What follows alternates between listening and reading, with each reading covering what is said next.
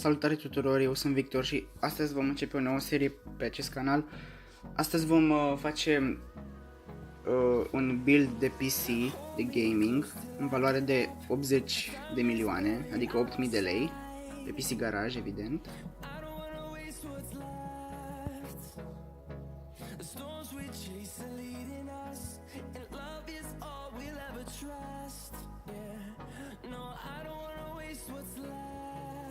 Deci vedem că coșul este gol, dăm pe categorii, componente.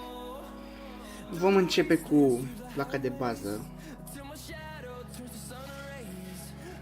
care este aproape cea mai importantă piesă. Vom face un PC de 8000 de lei cu un singur monitor. Okay, deci aceasta este foarte bună. Știu că are un prieten de-al meu. Așa, urmează procesorul.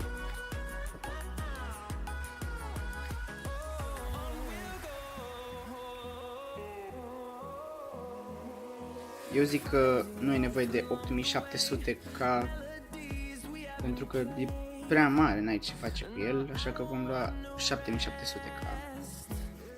Din acesta am și eu și îl recomand, e foarte bun. Placa video, nu știu, un 1070 sau un 1080.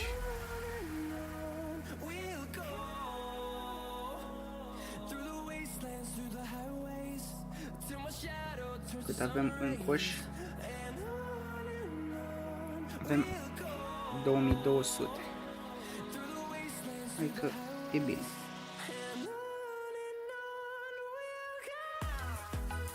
Nu prea au ăștia multe plăci în stoc.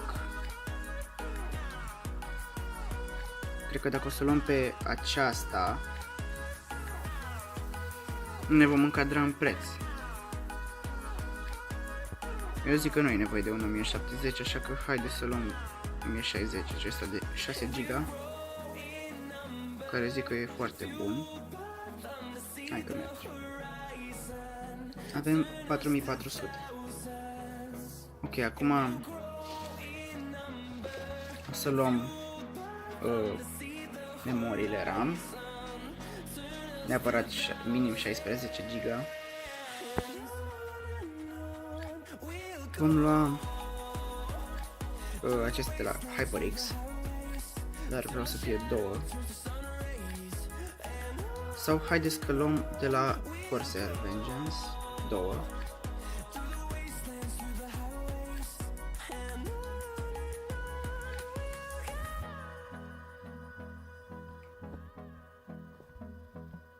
Două, actualizez. 5300, e bine. Urmează SSD-ul. Stați că am apăsat greșit. Așa, SSD-ul. Nu trebuie să fie foarte mare pentru că nu vrem să depășim prețul. O să luăm pe acesta de 120 de GB de la Kingston. Eu am unul de la Kingston numai că de 240 de GB și se descurcă perfect. Acum vom alege hard disk-ul de la Western Digital, evident. De 1 tera, nu cred că trebuie mai mult. Acesta. 7200 RMP, perfect. Din acesta am și eu. Acum o sursă.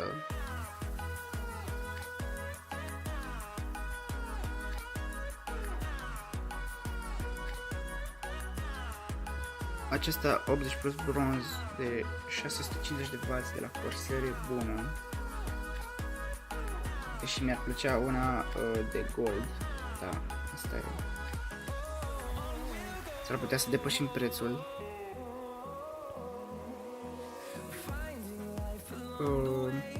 Carcasa. Nu trebuie să fie ceva prea scump pentru că după aia nu ne vom încadra.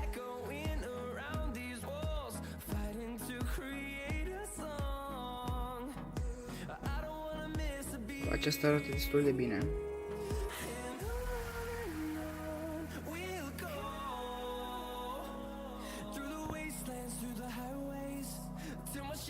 Ce?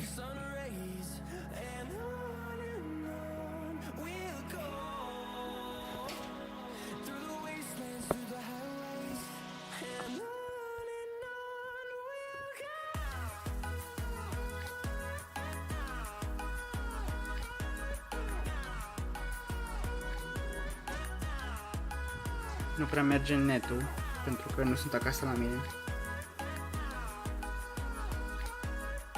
Cred că o vom lua pe aceasta NZXT, Phantom asta. Ok, și ne-au mai rămas 1400 de lei pentru periferice și monitor. Vom începe cu monitorul, pentru că este mai important. Nu, monitoare LED. Vom avea în vedere diagonala, care este 24 de inch, cel mai bine. 24 sau 27, eu zic că 24 e mai bine. Așa. Recomandat pentru gaming, pentru că asta facem azi un PC de gaming. Și să vedem.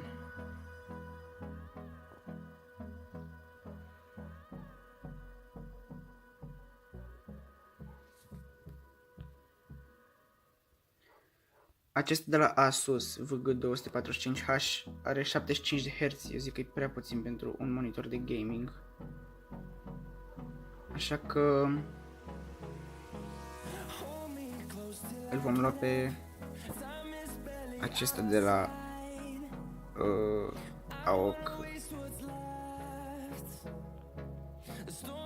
Perfect.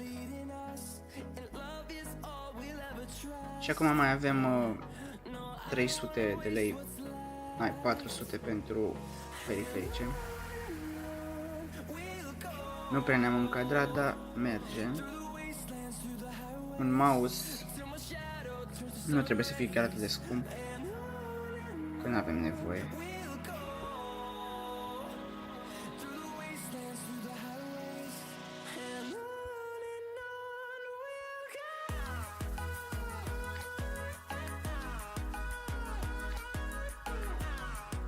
Ok.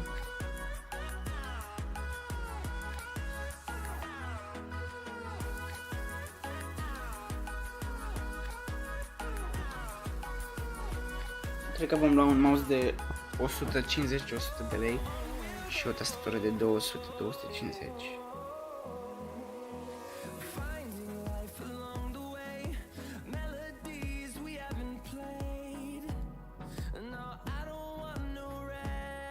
Și eu zic că...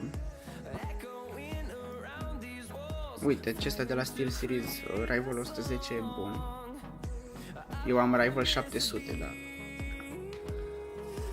Și acum vom lua o tastatură de 200 de lei, 250, cam așa. La gaming.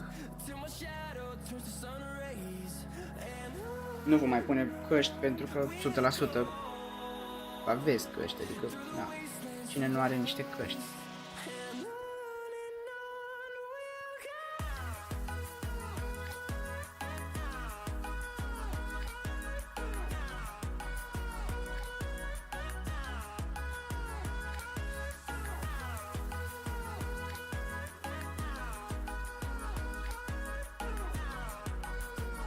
Desigur o tastatură mecanică.